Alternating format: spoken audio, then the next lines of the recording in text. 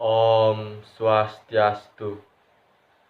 Nama saya Iputu Ariwira Putra, nomor absen 14, kelas 12 MIPA 5. Pada kesempatan kali ini, saya menyampaikan tanggapan saya tentang persatuan dan kesatuan bangsa Indonesia diganggu oleh munculnya paham-paham radikalisme dan terorisme yang diwujudkan dalam tindakan kekerasan seperti yang terjadi di Papua.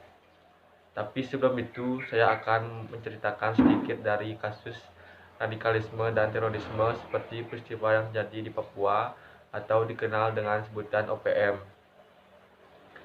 Organisasi Papua Merdeka (OPM) adalah sebuah organisasi terlarang yang didirikan pada tahun 1965 untuk mengakhiri pemerintahan Provinsi Papua dan Papua Barat yang saat ini di Indonesia, yang sebelumnya dikenal sebagai Irian Jaya, dan untuk memisahkan diri dari Indonesia.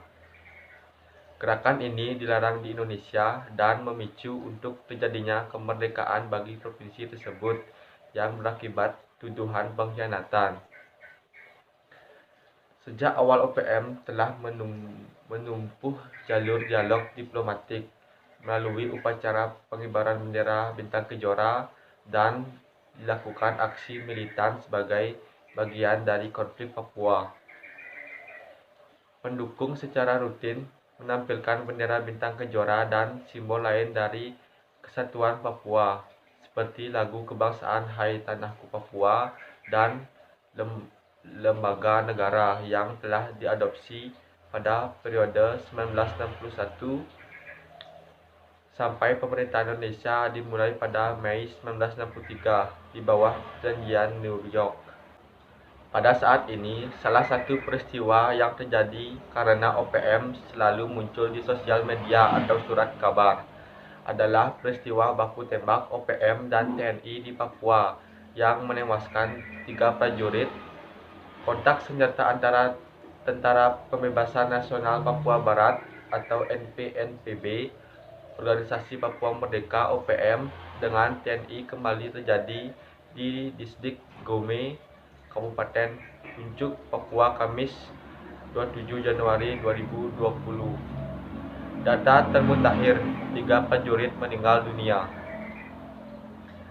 Dari informasi yang dihimpun, kontak tembak terjadi sekitar pukul 05.00 WITA. Sekelompok kriminal bersenjata KKB yang telah dicap sebagai sekelompok teroris itu menyerang pos TNI. Hingga pukul 10.00 WITA, situasi saling tembak di wilayah tersebut masih belum terselesaikan. Benar, seorang prajurit kembali tewas sekitar sejam yang lalu. Kontak senjata dilaporkan masih berlangsung. Pratu Rahman dilaporkan meninggal dalam baku tembak di Gome sekitar pukul 10.00 WITA.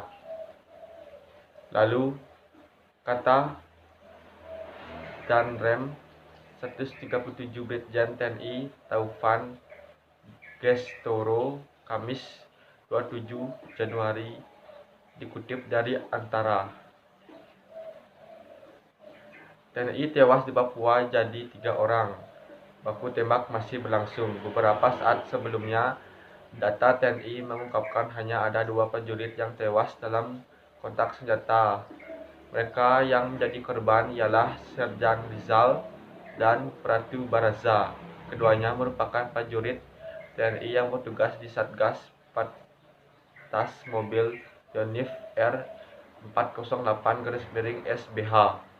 Kapten 17 Cendrawasih Kolonel If Akizah Erlangga mengatakan bahwa selama kontak senjata itu, Pratu Baraza sempat dievakuasi menuju ke puskesmas Ilaga untuk mendapatkan perawatan, namun tidak tertolong sehingga meninggal dunia, kata Akizah kepada wartawan. Beberapa saat kemudian, TNI barulah kembali mengkonfirmasi bahwa korban meninggal dunia bertambah 1 orang sehingga total menjadi 3. Akizah menjelaskan bahwa Tidak ada korban dari masyarakat di sekitar tempat kejadian perkara (TKP). Kami mohon doanya semoga aparat TNI yang sedang bertugas diberikan keselamatan untuk melaksanakan tugas melindungi masyarakat dan mengabdi kepada NKRI, ujarnya.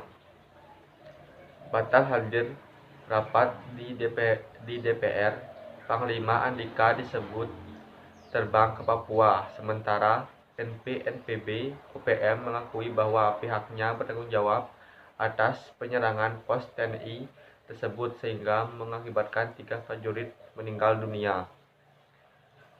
Juru bicara NPNPB OPM, Sebi Sambom, mengatakan penyerangan itu dilakukan oleh sekelompok Telegak Telengen.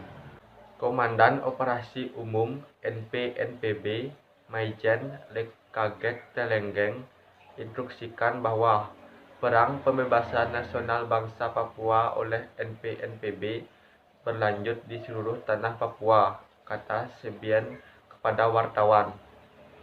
Ia menjelaskan bahwa kontak senjata terjadi pada pukul 05.00 WITA. Kemudian mereka kembali menyerang pada pukul 09.37 WITA. Numbuk Telenggeng, pimpinan penyerangan, dengan pasukannya serang lagi di pos Koramil, distrik Gome, Tanah Merah, Kabupaten Puncuk Ilaga, dan dalam serangan ini 2 orang anggota TNI tertembak, tandasnya. Sebagai informasi, penembakan itu terjadi di tengah rencana perubahan pola operasi pengamanan bumi Cendrawasih oleh Polri.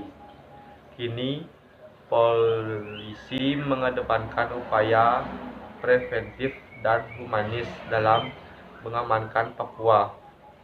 Mereka merubah nama operasi di sana yang semula Satgas Nemangkawi kini menjadi Operasi Damai Charters 2022. Operasi tersebut telah resmi dimulai terhitung sejak 17 Februari hingga 31 Desember 2022 mendatang. TNI pun menyebutkan akan mengubah cara bertindak yang lebih persuasif dan humanis di bumi Cendrawasih. Dari peristiwa yang saya ulas di atas, tanggapan yang bisa saya sampaikan ialah bagi daerah-daerah yang ingin memisahkan diri dari NKRI atau ingin merdeka, pemerintah tidak akan memberikan persetujuan.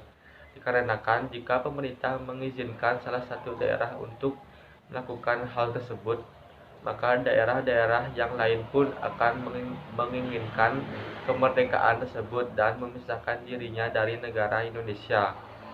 Dan jika hal itu terjadi, maka negara Indonesia akan menjadi negara bagian.